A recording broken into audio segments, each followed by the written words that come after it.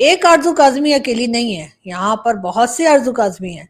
अगर आप एक को डरा धमका के मार भी डालेंगे, उसके बाद भी लोग बोलना नहीं छोड़ेंगे, लोग बात करेंगे। बज़ाहिर ये लगता है कि सोशल मीडिया के ऊपर आज़ादी राय के ऊपर कदगन लगाने की संगीन कोशिशें की जा रही हैं। पर हम क्यों नहीं तरक्की कर सके? हम क्यों ऐसे हैं?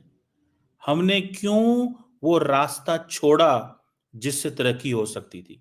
मेरी ये फ्रीडम ऑफ स्पीच है कि मैं पाकिस्तान की पॉलिसीज़ को क्रिटिसाइज़ कर सकूं, लेकिन अगर मैं कोई ऐसी बात करूं जिससे एक फ्रेंडली कंट्री के और पाकिस्तान के रिलेशंस ख़राब हो जाएं, तो ये उस हद से बाहर है जो आर्टिकल 19 में तहरीर शुदा है। इस हद को रेगुलेट करने के लिए बड़ी अच्छी बात है, पहले भी टेलीविज़न का पैमरा, दीगर इस तरह के इदारे इसी हद को रेगुलेट करने के लिए क्रिएट किए गए। अच्छी बात है, सोशल मीडिया के ऊपर भी कुछ रेगुलेशन होनी चाहिए।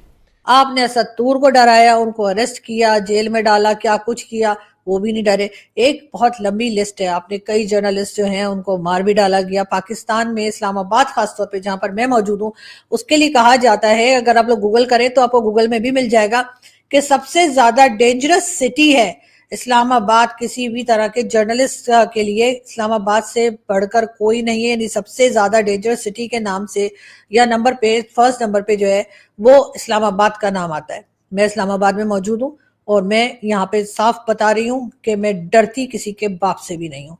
मैं तो क्वेश्चन ये है कि हम क्यों नहीं इस मुल्क को चलने देते? किसी का कोई कसूर नहीं है, कोई हमारे खिलाफ साजिश नहीं करता, हम खुद साजिश करते हैं। अब वो जिसे पंजाबी कहते ने, अपने आप को अब बंदा क्या कोसता रहे?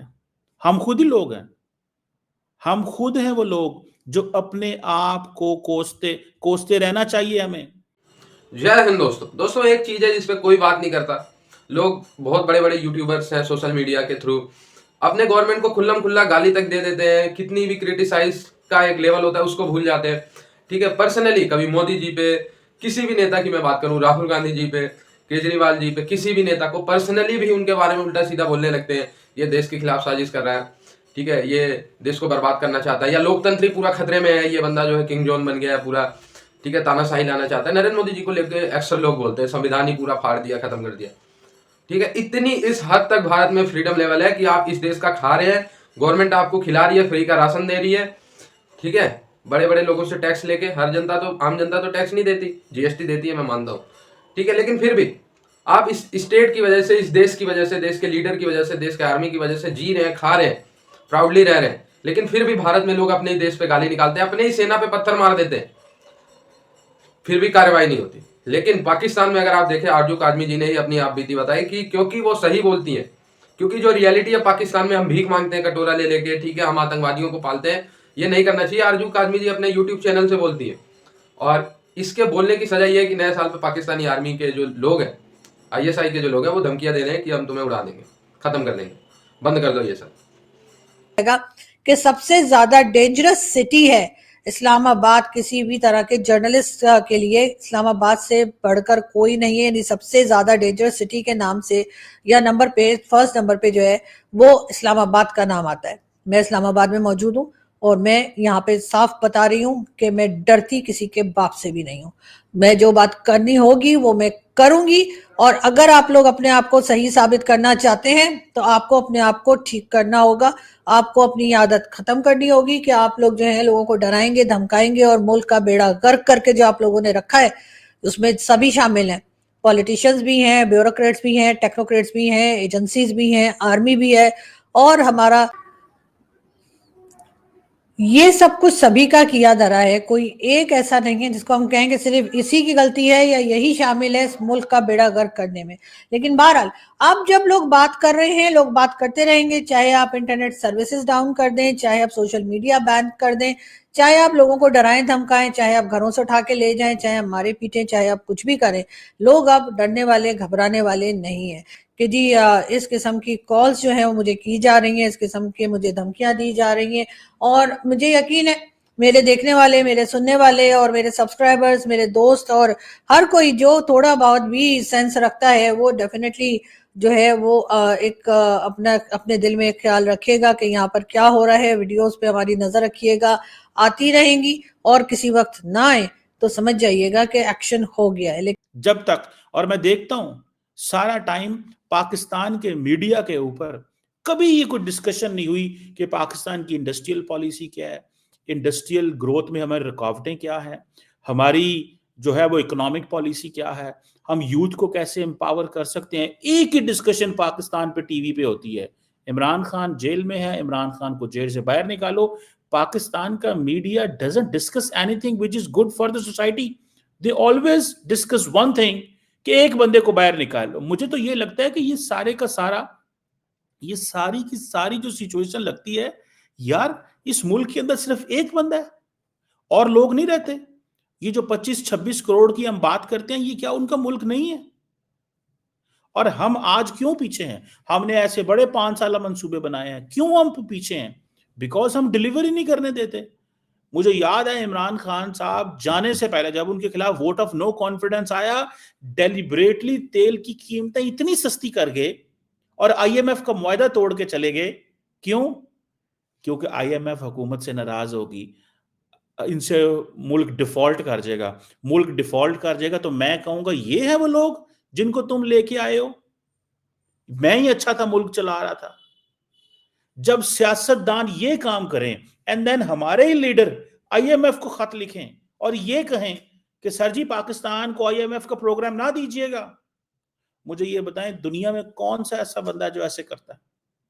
मैं तो सिर्फ इस चीज को जानना चाहता हूं। लेकिन ये जरूर है कि मेरी पूरी कोशिश होगी कि मैं भी अपने दोस्तों, चाहे वो असद तूर हो, चाहे वो मतीउल्लाह जान हो, चाहे एजाज सैयद हो, उन्हीं की तरह डट के खड़ी रहूं। अब जो लोग डरा धमका रहे हैं, जो लोग इसके पीछे काम कर रहे हैं, उन लोगों का भी मुझे बहुत अच्छे से अंदाजा है। मुझे मालूम है लाहौर से बैठकर ये सब कुछ कौन करवा रहा है और क्यों करवा रहा है, वो भी मालूम है।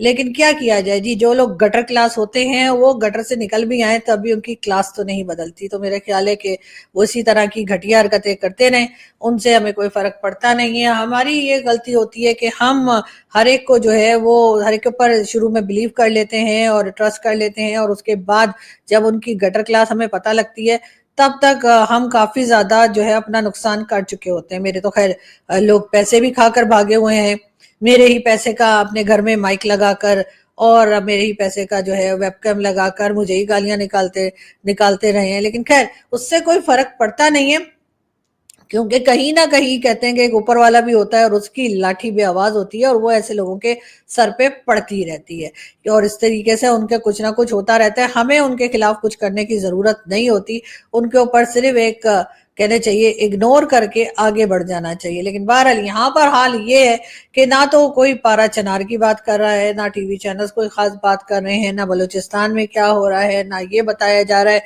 कुरम एजेंसी वहां का भी हाल खराब है। आप सभी जानते हैं कि पाक अफगान बॉर्डर पे भी टीटीपी के अटैक्स जो हैं वो जारी हैं और बार बार जो है वो बात करने की कोशिश की जा रही है तालिबान के साथ, यानी कि जो तालिबान की गवर्नमेंट है उसके साथ, लेकिन वो भी कुछ सुनने को तैयार नहीं है, कुछ मानने को तैयार नहीं है। इसलिए कि दोनों तरफ जो है, चाहे वो पाकिस्तान हो चाहे वो अफगानिस्तान हो, दोनों तरफ जो है ट्रस्ट जो है एक दूसरे के ऊपर तकरीबन खत्म ही समझे के।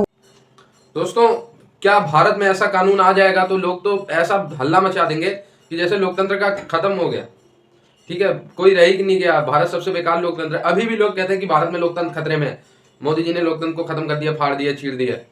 भाई अभी तुमने जहां लोकतंत्र नहीं है ना वहां का हाल नहीं देखा। इसका मतलब ये कह देना बहुत आसान है कि लोकतंत्र खतरे में, हमें बोलने नहीं दी जा रही। जहां पे बोलने नहीं दिया जाता ना वहां एक्चुअल जाके देखना, तब तुम्हें सूरत हाल पता चलेगी। मैं तो कहता हूं दोस्तों, पूरी दुनिया में इतने देश है, लेकिन अगर सबसे ज्यादा लोकतंत्र कहीं पे है तो वो भारत में। भारत का नागरिक क्या, पाकिस्तानी, अफगानी, बांग्लादेशी आके चौड़े में गवर्नमेंट को गाली देते हैं और निकल जाते हैं।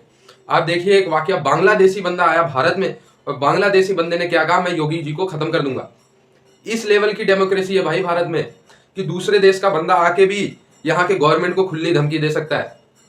ये लेवल है फ्रीडम की। और इसके बाद भी शर्म आती है ऐसे लोगों जो अपने आप को भारतीय कहते हैं और कहते हैं भारत में लोकतंत्र खतरे में है। अगर लोकतंत्र खतरे में है ना तो चले जाना किसी और देश में भारत के अलावा और वहां पे एक बार लोकतंत्र पता कर लेना किस लेवल का है, ठीक है। इसलिए अपने देश पे सवाल उठाना, इतनी लंबी लंबी वीडियो बना देते हैं, तानाशाही हो गया, ठीक है, प्रूव कर देते हैं फटाफट, ये फेंक वो फेंक, देखो यहाँ से सरकार ऐसा कर रही है वैसा कर रही। भाई कोई और देश अपनी जड़ें खोदता है कभी?